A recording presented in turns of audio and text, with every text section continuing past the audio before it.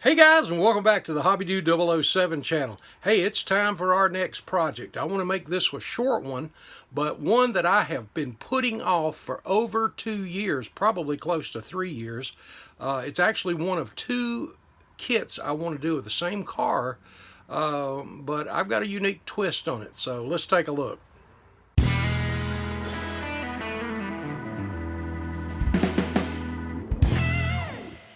Bring your model to life with MCV products. Visit them on the World Wide Web at mcvproducts.com.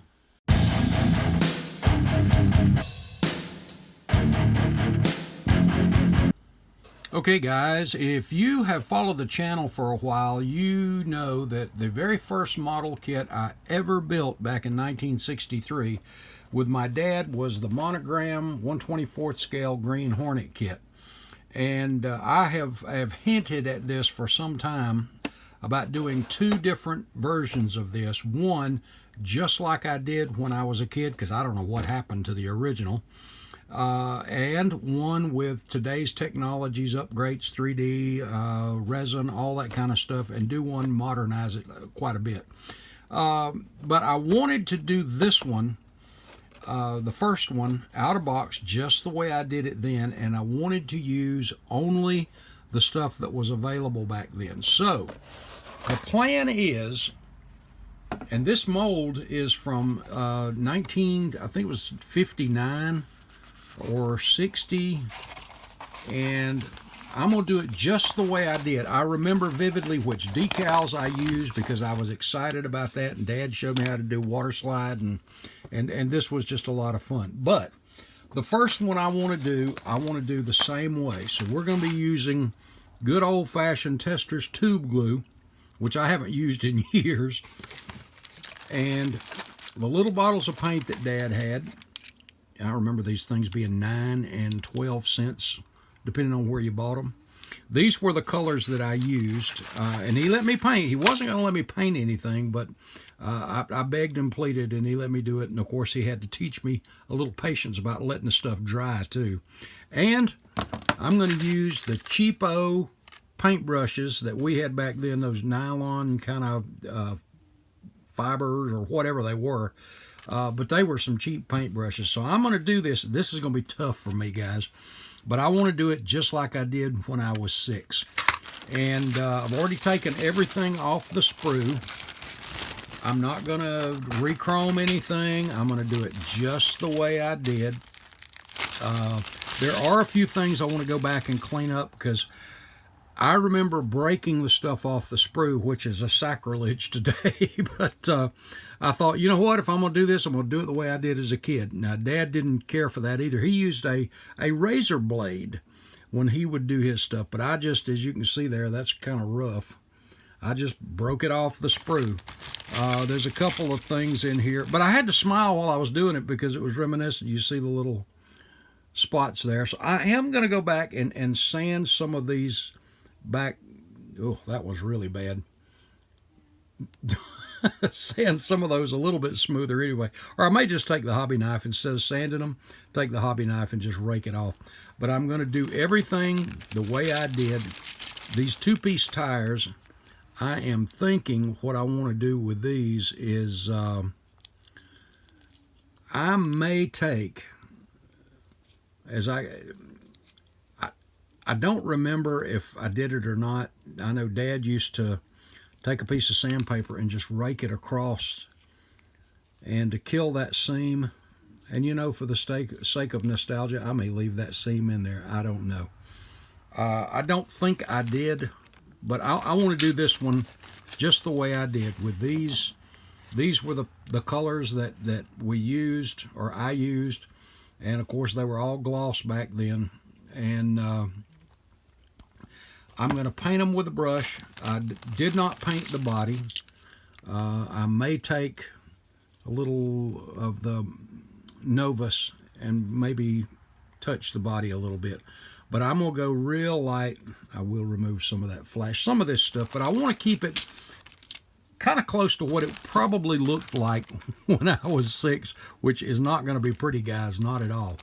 And then the next version of it, I've got about 4 or 5 of these kits because it was my first kit.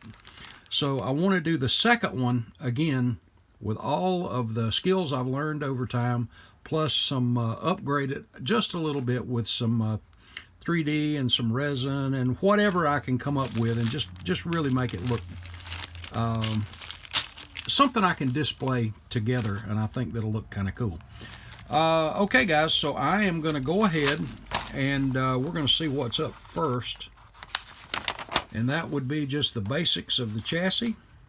So we're going to go ahead and start that, and I don't know how long this is going to take because I haven't, like I said, used tube glue in a long time. So let's get started. Okay guys, quick progress report. There's a few things I want to share with you. Let me move some of this out of the way here a little bit. Got our frame all glued up, and just the way I would have done when I was 6 years old. And one thing I forgot, and I'm going to show this to you here. This tube glue, I forgot how stringy this stuff could be. But I tell you, I have laughed as I've done this because I've had it on my fingers. I've had it on the parts. I mean, look where the steering link goes in. You see that big fingerprint right there? I remember doing this as a kid, and then I would take a little piece of Dad's sandpaper, probably way too coarse than it needed to be, and try to sand it out if I could. Sometimes I would just leave it there. Of course, we're not going to paint this, just like when I was 6. And I think I've done pretty good so far. But I got to admit, I was kind of thinking how disappointed I would be. But I'm going to be honest with you. This has been fun. Just like it's made me, since the last video segment there, to go back and just enjoy this all over again. There was only 3 things on the entire car that I painted that Dad let me do. The fan belt and all that stuff. And of course, back then, I think he showed me to tape it onto something and then, roll up a piece of tape, put it on the bottom, and then paint it. But I went ahead and drilled it, put a toothpick. And the 3 colors and the 3 things that I painted were the white that goes around the edges of the seat, the engine block, which was red, just like his race car had a red engine block. I wanted to do a red engine block, and then the black. And of course, all these were gloss paints. I remember that because I remembered looking as I got older back at the car on the shelf, and remember thinking to myself, why in the world did I do that in gloss colors? Of course, back then, I don't know that they had the flat colors. But we're going to do this in the gloss black, just like I did. Engine block in gloss red. And this is going to be the challenge right here, to get that white around the green center seat, especially with these. You know what? Let's cut these open real quick. And I've got a feeling this is going to be kind of tough for me to use these old school brushes. And considering the nice edge there, I'm assuming, well, that's not even. Look at that. What I'm thinking I will do, so I can try to do a halfway decent. That one's relatively blunt. That's some really soft. Well, it's not really. And this one's really bad. But I think what I'm going to do is I'll take a fresh blade and just kind of try to get that nice and blunt so I can get that white on there. And I remember painting it straight on the green, so there was no masking, anything like that, and there was no primer or anything like that either. And since this is bottle paint like this, I am pretty sure this stuff's going to have to be in the dehydrator at least overnight. Those enamels dry slow anyway. So we're going to get those painted, and I'm going to get the tires put together, and we'll be back, guys. Okay, guys, we're back. I've got a few things painted, and I had forgotten this tube glue, just how strongly that smell for that is. But we've got our tires glued up and clamped down, and as you see that seam there, that's just rough, man. But that's okay. And looking through the instructions, I do think I painted the steering wheel black, and I think I did. I'm probably going to go ahead and do the whole steering wheel, because that's the way I used to do steering wheels. I just painted the whole thing black or something like that. So I'll probably do that as I did then. But let me share with you what we got painted. And to cover up that green, man, I had to put that paint on thick. And I do mean thick, but I probably did it back then without any green showing. And maybe I didn't.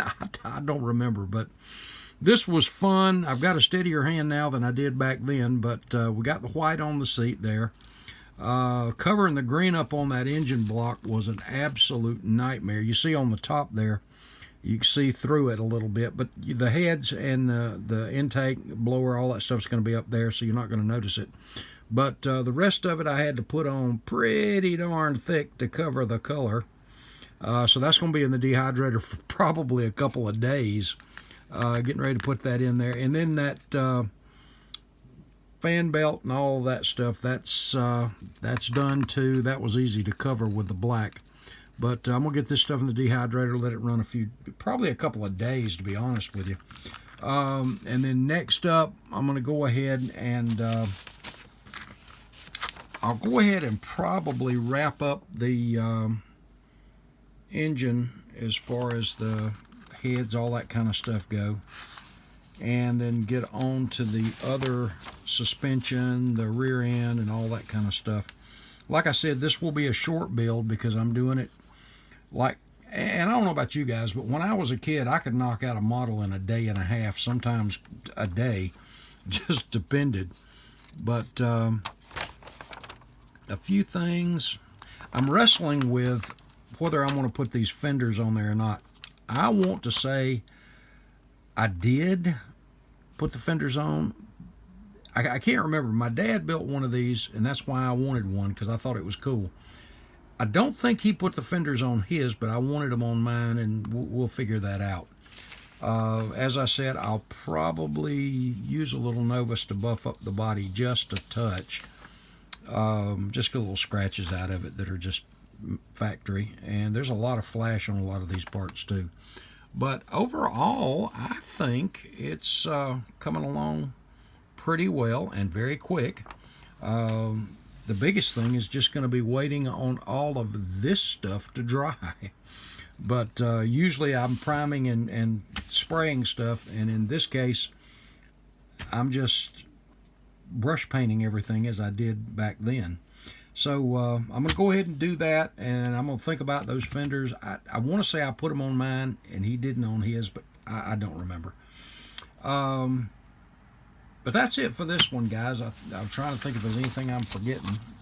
I think I will go ahead and, by the way, those brushes cleaned up pretty good. But I probably will go ahead and kind of sand the treads a little bit once these set up a few hours.